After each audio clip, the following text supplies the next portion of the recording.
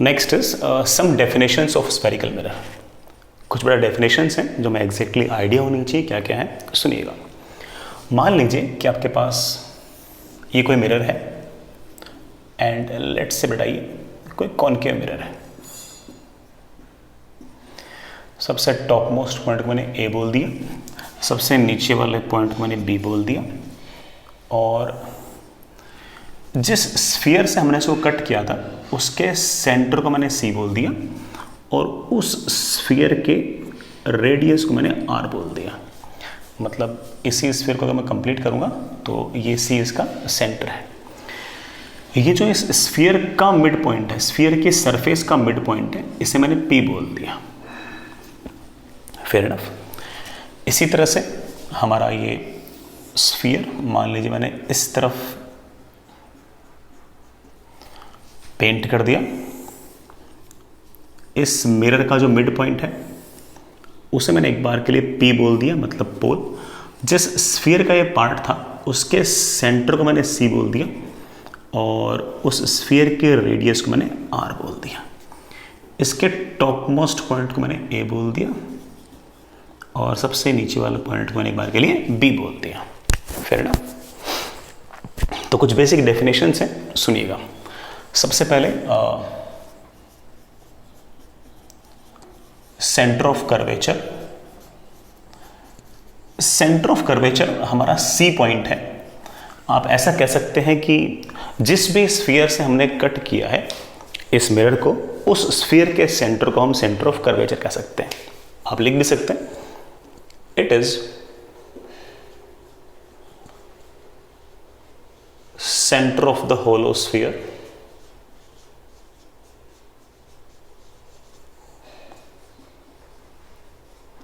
from which mirror is cut, from which mirror is cut। जिस भी sphere से हमने कट किया है उस स्फीयर के सेंटर को हम सेंटर ऑफ कर्वेचर कह सकते हैं। आपने ये भी नोटिस किया होगा कि हमारे कॉनकेव मिरर में सेंटर ऑफ कर्वेचर जो है वो रिफ्लेक्टिंग साइड की तरफ है, और हमारे कॉन्वेक्स मिरर में सेंटर ऑफ कर्वेचर जो है वो रिफ्लेक्टिंग साइड की तरफ ना होकर पॉलिश्ड साइड में है। ये हमने बेसिक डेफिनेशन दे भी रखी है, इसलिए वापस से लिखने की जरूरत नहीं है। अगला next is radius of curvature. Next is radius of curvature. Radius of curvature जो है ये आपके एक्चुअली उस स्फीयर का रेडियस है जिस स्फीयर से आपने इस मिरर को कट किया है। सॉरी, हाँ बिल्कुल, जिस भी स्फीयर से आपने इस मिरर को कट किया है उस स्फीयर के रेडियस को हमने रेडियस ऑफ कर्वेचर बोल रखा है। You could easily see that it is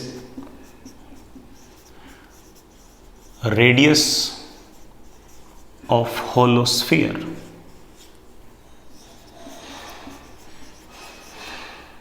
from which mirror is cut. जिस भी स्फीयर से हम लोगों ने मिरर को कट किया है उस स्फीयर के रेडियस को हम रेडियस ऑफ कर्वेचर कह रहे हैं। आप ये भी कह सकते हो कि सेंटर ऑफ कर्वेचर से सरफेस के बीच, सॉरी, सेंटर ऑफ कर्वेचर से मिरर के सरफेस तक की जो डिस्टेंस है वो भी रेडियस ऑफ कर्वेचर ही है। चाहे ये डिस्टेंस आर बोल दो, चाहे आप ये डिस्टेंस आर बोल दो, सेंटर से तो सारी डिस्टेंस आर होगी। ये भी आर होगी, मैं ऐसे कह दूं कि बेटा ये क्या होगी, ये भी आपकी आर होगी। आप कह सकते हैं बड़े आराम से कि इट इज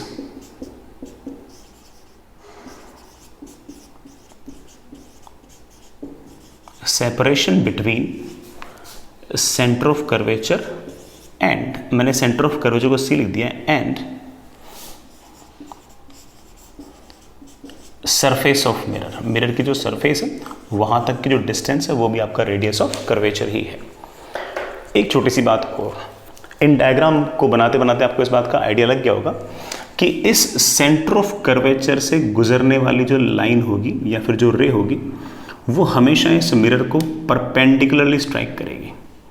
करनी भी चाहिए, क्योंकि स्फीयर का जो सेंटर होता है, स्फीयर का जो सेंटर होता है उससे गुजरने वाली लाइन ही आपकी नॉर्मल होती है, और नॉर्मल हमेशा सरफेस पर कैसे स्ट्राइक करती है, परपेंडिकुलरली। तो जो भी लाइन सेंटर ऑफ कर्वेचर से गुजरेगी वो हमेशा मिरर को स्ट्राइक करेगी परपेंडिकुलरली, या फिर ऐसे कह दूं कि सेंटर से गुजरने वाली कोई भी जो लाइन होगी वो मिरर के लिए नॉर्मल होगी। एक लाइन आप और लिख सकते हो, any ray passing through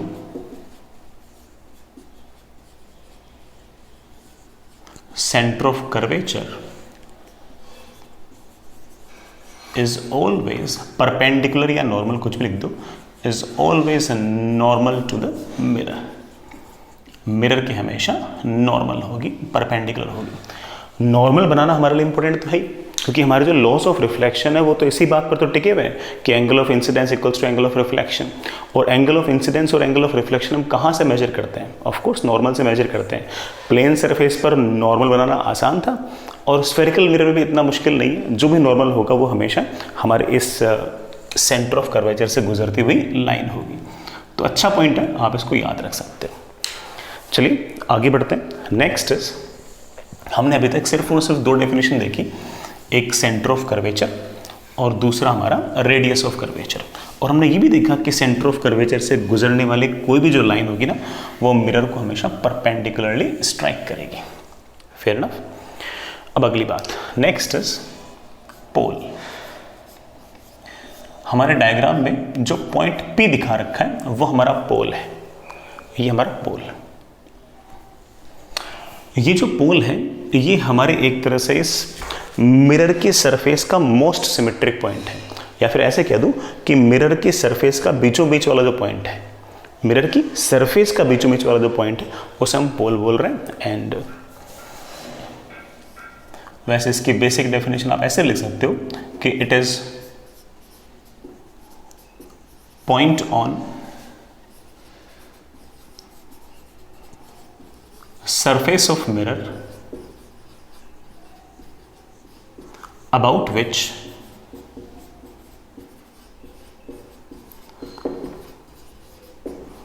coordinates of object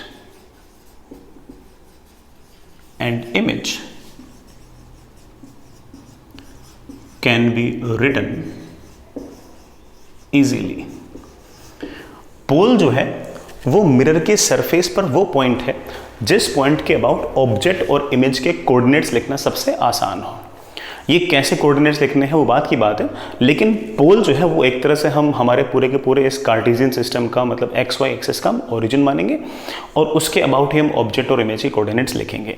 तो मिरर के सरफेस का वो पॉइंट जिसके अबाउट ऑब्जेक्ट और इमेज के कोऑर्डिनेट्स लिखना सबसे आसान हो, that point is known as pole. हालांकि जनरली हम ऐसा कहते हैं कि जो पोल है वो मिरर की सरफेस का मिड पॉइंट है। आप ये भी कह सकते हो कि generally it is mid point of the surface of mirror. Mirror की जो सरफेस है उसका मिड पॉइंट है, मिरर की सरफेस का मिड पॉइंट है ऐसे। ये सरफेस, ये पोल हियर, ये पोल हियर। अगली बात, अगली डेफिनेशन, ये जो सेंटर ऑफ कर्वेचर और पोल को जोड़ने वाली जो लाइन है इसे हम प्रिंसिपल एक्सिस कहेंगे। दो नाम है वैसे इसके बेटा, principal axis and optical axis. So this line is known as principal axis. मैं यहां पे लिख देता हूं, this line joining center of curvature and pole, this line is known as principal axis, या फिर एक नाम और है, ये नाम भी बेटा बार बार अलग अलग शीट्स में या फिर है ना बुक्स में लिखा रहता है, दैट इज ऑप्टिकल एक्सिस। तो नाम तो पता ही होना चाहिए। चलिए हम एक छोटी सी डेफिनेशन भी देख लेते हैं प्रिंसिपल एक्सिस की। लिखिएगा, आप लोग भी साथ साथ लिखिएगा। हालांकि आप लोग समझ गए हो कि प्रिंसिपल एक्सिस कैसे डिफाइन कर रहे हैं। मेरे ख्याल से हम ऐसा कह दें कि सेंटर ऑफ कर्वेचर और पोल को जोड़ने वाली जो लाइन है वही हमारी प्रिंसिपल एक्सिस है। तो लिखिएगा एक line joining centre of curvature and pole is known as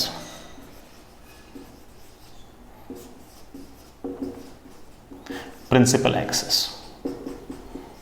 एक नाम और है बेटा, that is optical axis। Fair enough। एक छोटी सी बात और, ये जो आपकी ऑप्टिकल एक्सिस है, जैसा मैंने कहा कि ये सेंटर से पास हो रही है, तो पक्की बात है कि ये मिरर को हमेशा कैसे स्ट्राइक करेगी नॉर्मली। तो आप ऐसा भी कह सकते हो कि प्रिंसिपल एक्सिस इज ऑलवेज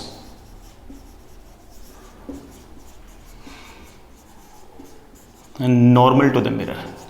हमारे मिरर पर हमेशा ये नॉर्मल होगी, परपेंडिकुलर होगी। मैंने यहाँ तो दिखा भी रखा है, यहाँ भी दिखा देता हूँ कि ये जो प्रिंसिपल एक्सिस है ये हमेशा मिरर पे परपेंडिकुलरली ही स्ट्राइक करेगी।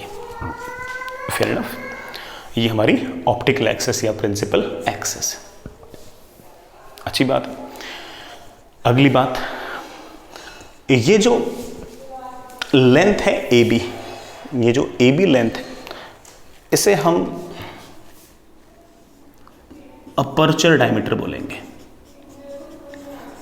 कई बार इसे सिर्फ और सिर्फ अपर्चर में लिखा रहता है, इसे हम अपर्चर डायमीटर बोलेंगे।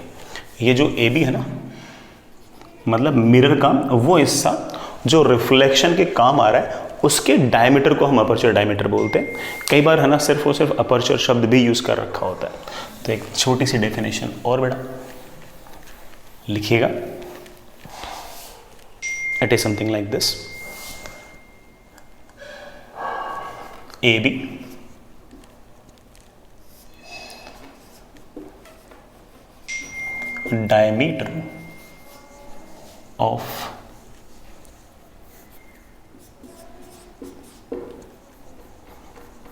diameter of portion of mirror surface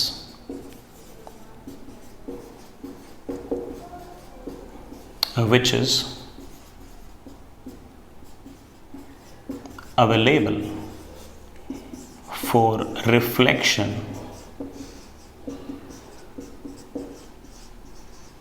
is known as aperture diameter। तो ठीक है बेटा, इस बात को याद रखें कि है ना आपके जो मिरर की जो सरफेस है, उसके जो टॉप मोस्ट पॉइंट और लोवेस्ट मोस्ट पॉइंट है, उनके बीच का एक तरह से जो सेपरेशन है, उसी को हमने एक तरह से अपर्चर डायमीटर कह रखा है। ये हमारा अपर्चर डायमीटर। मैं एक छोटी सी डेफिनेशन और दे रहा हूँ, हालांकि मैं सिर्फ और सिर्फ उसको स्टेट ही कर रहा हूँ, उसको प्रूव हम बाद में कभी कर लेंगे। इस सेंटर ऑफ कर्वेचर और पोल के बीचों बीच वाला जो पॉइंट होगा, उसे हम F से रिप्रेजेंट करेंगे और इसे हम बोलेंगे प्रिंसिपल फोकस। इसे हम बोलेंगे प्रिंसिपल फोकस। कई बार इसे सिर्फ और सिर्फ फोकस भी बोलते हैं, लेकिन हम लोग इसका जो बेसिक नाम है, जो सही नाम है, वो तो है principal focus. Centre of curvature और पोल के बीचों बीच वाला जो पॉइंट है, ये आपका प्रिंसिपल फोकस। इससे आप ये समझ गए होंगे कि सेंटर ऑफ कर्वेचर और फोकस के बीच की जो डिस्टेंस है वो r/2 हो जाएगी, और फोकस से पोल के बीच की जो डिस्टेंस है वो भी आपकी r/2 हो जाएगी। ये जो r/2 है, इसको हम फोकल लेंथ भी कहते हैं। आगे जाकर हम इसकी डिटेल्स पे देखेंगे, लेकिन जब मुझे लगा कि मैं एक बार सारे डेफिनेशंस लिख ही रहे हैं, तो ये क्यों नहीं लिखे, ये भी लिख दें। इसी तरह से यहाँ पर कहानी है, सेंटर ऑफ कर्वेचर और पोल के बीचों बीच कोई पॉइंट होगा यहाँ कहीं, ठीक है, और ये वाली लेंथ और ये वाली लेंथ बराबर होगी। इस पॉइंट को हम फिर से बोल देंगे बेटा, वही नाम आपका, दैट इज प्रिंसिपल फोकस। इसको मैं एक बार के लिए कैपिटल F बोल ही रहा हूँ। अगेन ये जो डिस्टेंस होगी ये भी r/2, ये जो डिस्टेंस होगी ये भी r/2, दोनों ही डिस्टेंसेस आपके पास r/2, दोनों ही डिस्टेंस आपके पास r/2। तो ये हमारा प्रिंसिपल फोकस है। एग्जैक्टली फोकस की क्या रिलेवेंस है वो हम धीरे धीरे देखते हैं। ये हमारी बिल्कुल जो बेसिक डेफिनेशंस हैं वो है। आगे बढ़ते हैं।